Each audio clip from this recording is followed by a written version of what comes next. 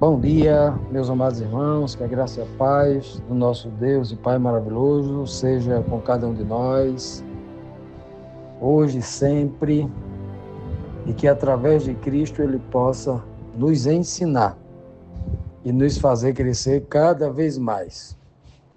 Meus amados, hoje, quinta-feira, vamos aqui para o estudo das duas perguntas de hoje da nossa lição bíblica diária.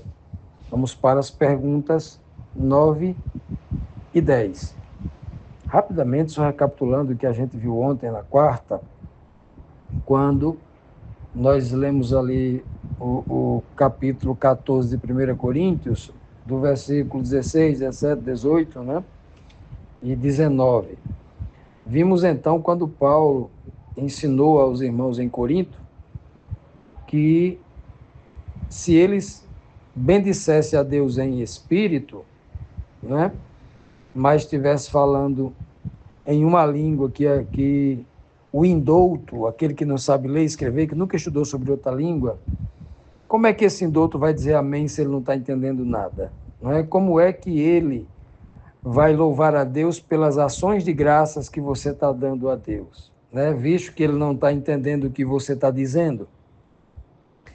Ele diz até assim, ó, você pode até estar falando de fato coisas boas sobre Deus, dando um bom testemunho verdadeiro que serviria de edificação, mas o outro não está sendo edificado porque ele não está entendendo. Então, é uma questão de bom senso, né, de coisa muito básica, muito óbvia, que só quem não consegue enxergar e entender isso aqui é uma pessoa que está completamente cegada pela religiosidade do mistério, das coisas fantasiosas, né, que só a religião especulativa cria, né? Tem muito disso.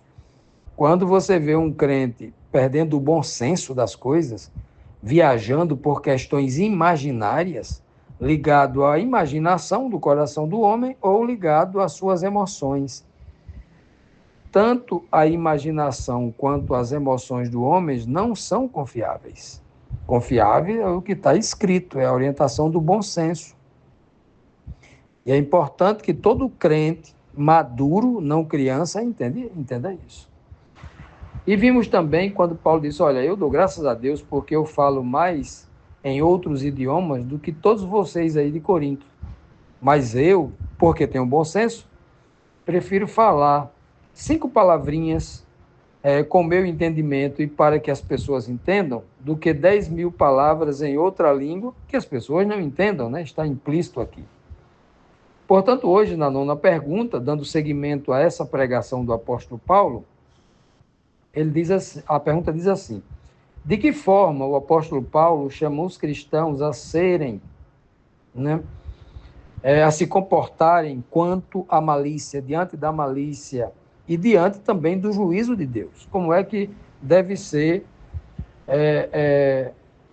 o entendimento, o comportamento, as ações do cristão diante de tudo isso?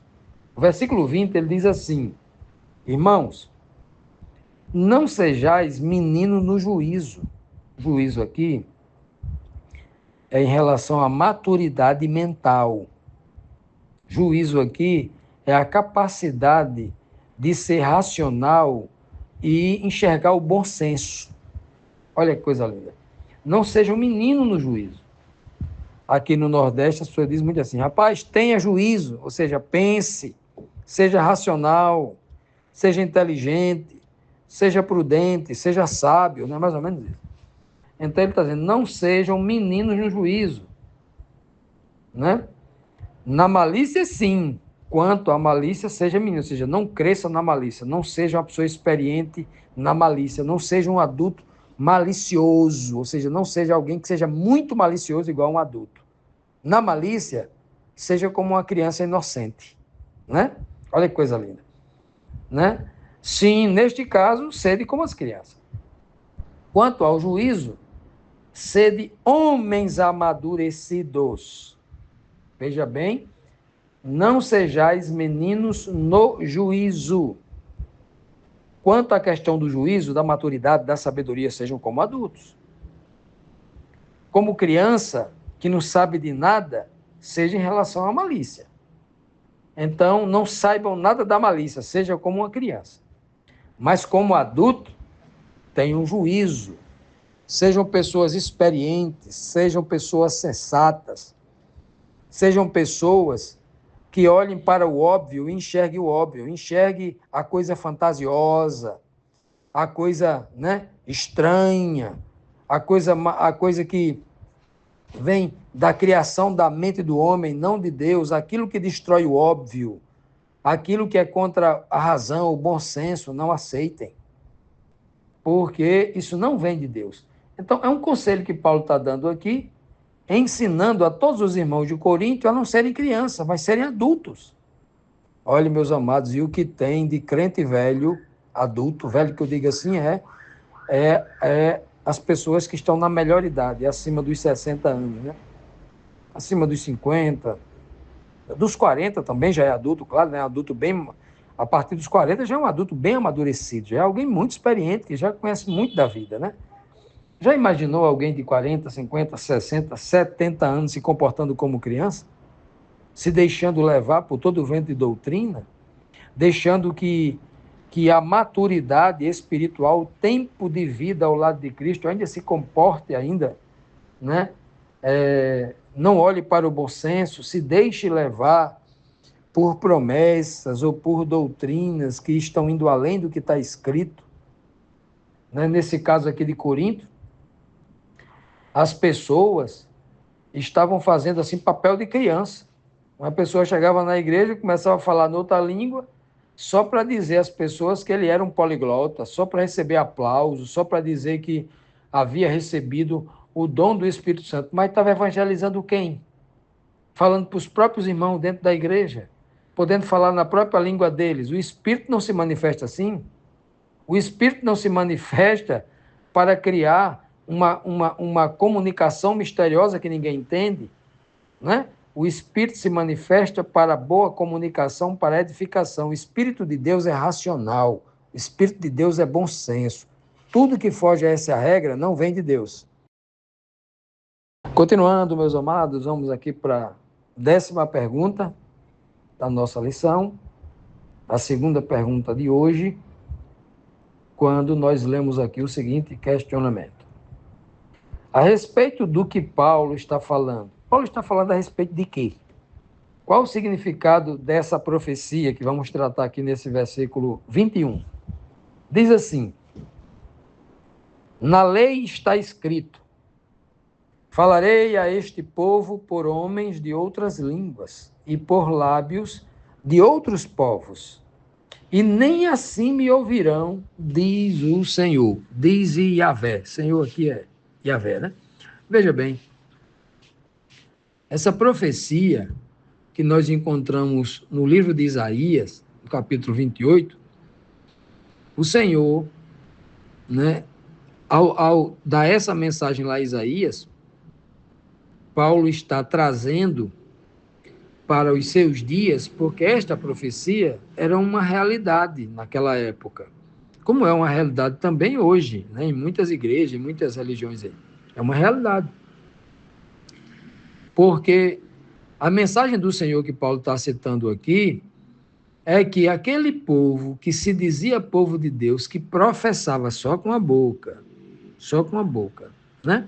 Porque no próprio contexto de Isaías, ele vai dizer que esse povo louva-me com os lábios, mas o coração, o espírito, o homem interior espiritual está muito longe de mim. Ou seja, eles só são crentes mesmos, né, da boca para fora. São crentes legalistas, né? Que acham que ser crente é só vestir uma roupa social, como eles dizem, né?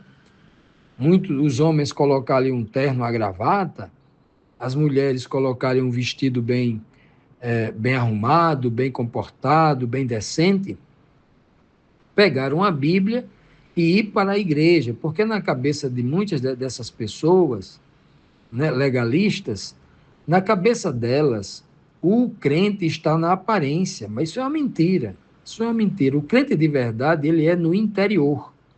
Quantos versos na Bíblia tem dizendo isso? Dezenas de versos. Né? O próprio Senhor diz ali, através do profeta ao profeta Samuel, e através do profeta Samuel fala a nós também, olha, vocês, homens, só veem a aparência. Eu, o Senhor, vejo o coração, a mente, né? E o povo que se dizia povo de Deus, que levava o nome de Deus, diz que aquele povo ali, né, que até hoje muitos deles falam assim, nós somos o povo legítimo de Deus porque nós falamos a língua original que foi dada às escrituras do Antigo Testamento, né? Muitos falam assim, estão presos aí, mas na própria escritura deles está dizendo isso aqui, olha. Deus está dizendo aqui, olha, eu vou trazer um povo gentio de outras nações para ensinar a vocês. Olha aí o que o Senhor está dizendo. Mas essas profecias para esses religiosos não adianta não, porque eles só leem o que eles querem ler, né? O texto aqui é muito claro. O Senhor está dizendo que traria pessoas de outras línguas, porque Deus não está preocupado se a língua hebraica é a língua do céu, se a língua grega é a do céu, se a língua portuguesa é a inglesa. Não tem nada disso, não. A língua só tem um propósito. A língua não faz um homem superior ao outro. A língua, o idioma não faz com que alguém tenha o Espírito Santo e outro não tenha. Nada disso. A língua foi dada com um propósito só, para boa comunicação. Se tem boa comunicação e as pessoas compreendem, então essa é do Espírito Santo de Deus. Se essas línguas usadas está levando confusão, dúvida, mistério, não vem de Deus, vem do diabo. A gente não tem medo, não pode ter medo de dizer isso. Isso não vem de Deus, né? O próprio texto está dizendo claramente aqui que Deus ia usar um povo de outras nações, de outros povos no plural, povos no plural, outras nações, outras línguas no plural, né? Para ensinar esse povo. Assim como Deus usa hoje muitas pessoas que nem crentes são, para repreender com toda razão e sabedoria muitos evangélicos, muitos crentes, muitos que se dizem crentes protestantes, evangélicos, não importa, né? A linguagem que se use. Essas pessoas que se dizem cristãs hoje ou católicos, não importa. Muitos que nem igreja têm, nem fé têm definida, têm ensinado com as suas ações e até com palavras o bom senso, porque o que tem de crente saindo do bom senso do está escrito e entrando por coisas estranhas, não é brincadeira, né? A igreja evangélica hoje está tomada por pregações e comportamentos estranhos que Deus jamais aprovaria. Eles saíram do bom senso para entrar num ambiente de completa confusão. Isso não só se cumpriu lá com o povo do Antigo Testamento, como estava se cumprindo no tempo de Paulo, na igreja de Corinto, como no dia de hoje isso está acontecendo de forma mais agravada ainda, né? Mais agravada ainda. E Paulo diz mesmo assim, ó, e esses crentes, esses religiosos que foram cegados pela placa da igreja, pelo amor ao pastor, ao sistema, ao cargo que recebeu, ao dinheiro que recebe, às benesses, aos títulos, ao status quo que esta igreja, que essa instituição confere a ele, porque eles amam tanto isso são como os algemas que o escravizaram, de tal forma que eles, Deus ensinando através desses povos simples, eles não ouvirão, mesmo assim. Não ouvirão por quê? Porque a mente está cauterizada com o erro. E o pior erro que há no planeta Terra é o erro que vem da religiosidade. A religiosidade que pode ser traduzido como as tradições religiosas que ele aprendeu dentro daquela igreja, que não está na Bíblia. São tradições religiosas, trejeitos, falas, comportamentos, né? Muito daquilo que está vinculado a uma cultura, que a cultura se altera com o longo do tempo. A verdade principiológica não muda. A verdade bíblica ela é eterna. A palavra que sai da boca de Deus é tão eterna quanto ele, que é o autor, né? Mas tem gente que está tentando eternizar a cultura e os comportamentos humanos, está pisando na palavra de Deus. Por isso, a mente cauterizada, o amor ao homem, a placa da igreja, a instituição, tem feito com que muita pessoa não ouça a palavra de Deus, mas esteja completamente escravizado à sua igreja, que ela enxerga como um clube social, como uma central de benesses humanas. Que o Senhor possa nos livrar deste terrível mal.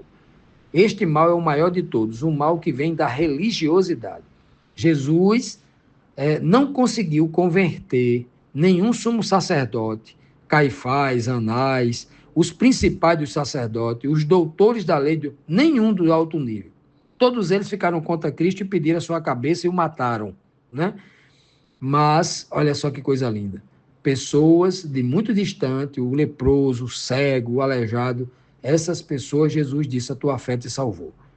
Veja, de pessoas de longe, eles não aceitaram por causa da religiosidade. Então, a ameaça à igreja de Deus não é o drogado, não é o bêbado, que só o que se fala nas igrejas. Deus salvou o bêbado, o drogado, o adúltero. Não. Esses aí, muitas vezes, têm mais sensibilidade ao evangelho do que aquele que está com a mente cauterizada pela religiosidade. Que o Senhor nos livre desse mal.